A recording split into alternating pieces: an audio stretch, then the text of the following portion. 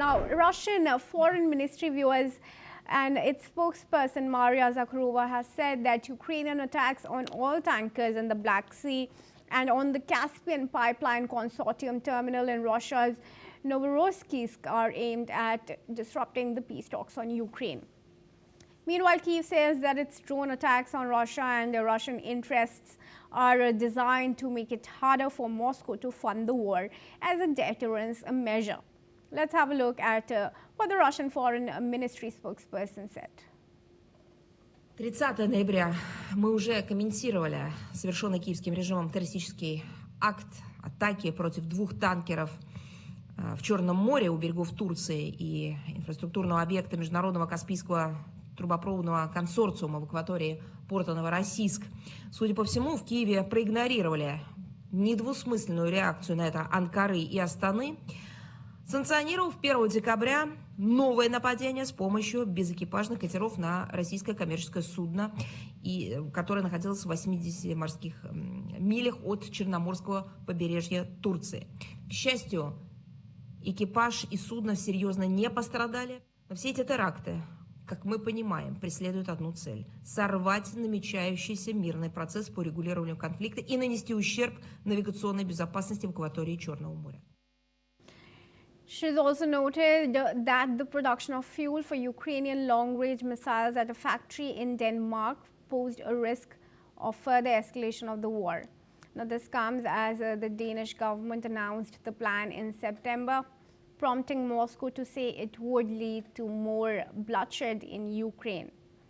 She also accused that the Danish authorities are trying to make money from the bloodshed in Ukraine and are neglecting the interests of its own population as well as human rights. Let's have a look. Первый из стран-спонсоров террористического киевского режима предоставил свою территорию для создания компонентов вооружений с целью их последующего боевого применения против мирных городов нашей страны. Эта авантюра подтверждает такой абсолютно враждебный милитаристский курс Копенгагена, саботирующего вместе с рядом других наиболее агрессивно настроенных к России стран усилия по политико-дипломатическому регулированию украинского кризиса.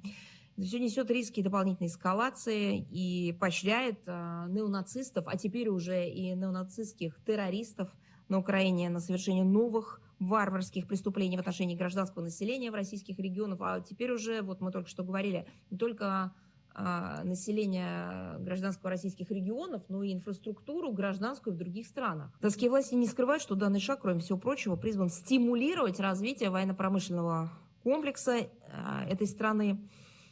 Ну, о чем это свидетельствует? Это свидетельствует об их стремлении обеспечить дальнейшее обогащение за счет продолжения кровопролития на Украине. Помимо этого, инициатива демонстрирует полное пренебрежение Копенгагеном интересами собственного населения. Я уж молчу про права человека. Помните? And I'd now like to go back to Gilbert Doctorow for his comments on this. Mr. Doctorow, some would say it's a doublespeak that's coming from Russia, given that it also has been striking Ukraine's facilities, including those of power and oil. Let's take a step back. Maria Zakharova is a spokeswoman for the Ministry of Foreign Affairs, and she speaks in diplomatic terms. Those of us who know a little bit more about the situation in Denmark can say what she did not say, and I'll say it now. There is deep corruption among leaders in the European Union who are the big loudmouths condemning Russia. The lady Prime Minister of Denmark is one such case. Her husband has received a contract for Mr. Zelensky to make a documentary about Zelensky. Now, if that isn't profiting from the war, tell me what is. We have here in Europe scandals. Everyone knows about the scandals around Mr. Zelensky. That's only the beginning.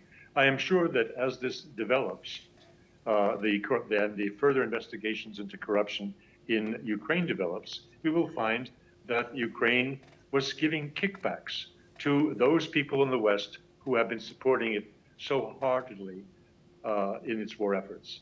This lady in Denmark is one case. I am sure that people like Lindsey Graham, who make frequent visits to Kyiv and come with suitcases empty, leave with suitcases full.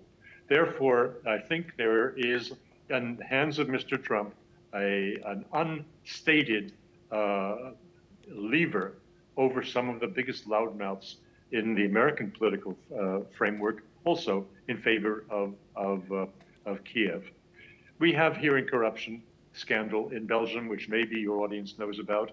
The predecessor, that is the pre-predecessor of Kallas, the present vice president of the European Commission responsible for security and for foreign affairs. Kallas, her predecessor, Federica Mogherini, was arrested last week here in Belgium for fraud and for violating the EU rules on holding tenders for awards of contracts with the EU institutions. In effect, before she retired from her position as a vice president of the Commission, she feathered her nest by arranging to get a job with a Belgian university, which had no department of diplomacy, but would make one per the specifications of the public tender award. So we have problems with corruption, not only in Kyiv, but here in Belgium, among some of the biggest loudmouths in favor of the Kyiv regime. All right. Thank you for your comment there, Mr. Dr. and for continuing to stay with us. Viewers, we will now move on and have some more information to tell you. Russia, in fact, has said that any illegal action by the European Union in relation to its frozen assets would elicit the harshest reaction, and that Moscow is already preparing its response. This comes as the European Commission proposed an unprecedented use of frozen Russian assets or international borrowing to raise 90 billion euros for Ukraine to cover its struggling military and basic services. Meanwhile, Belgium, where most of the frozen assets are located, has stepped up its opposition to the plan, demanding guarantees from its European Union partners that they would share responsibility in the event of any challenge over the legality of such a move.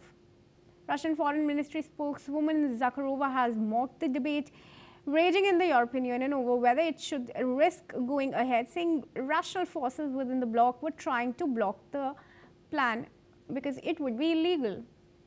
Let's take a look.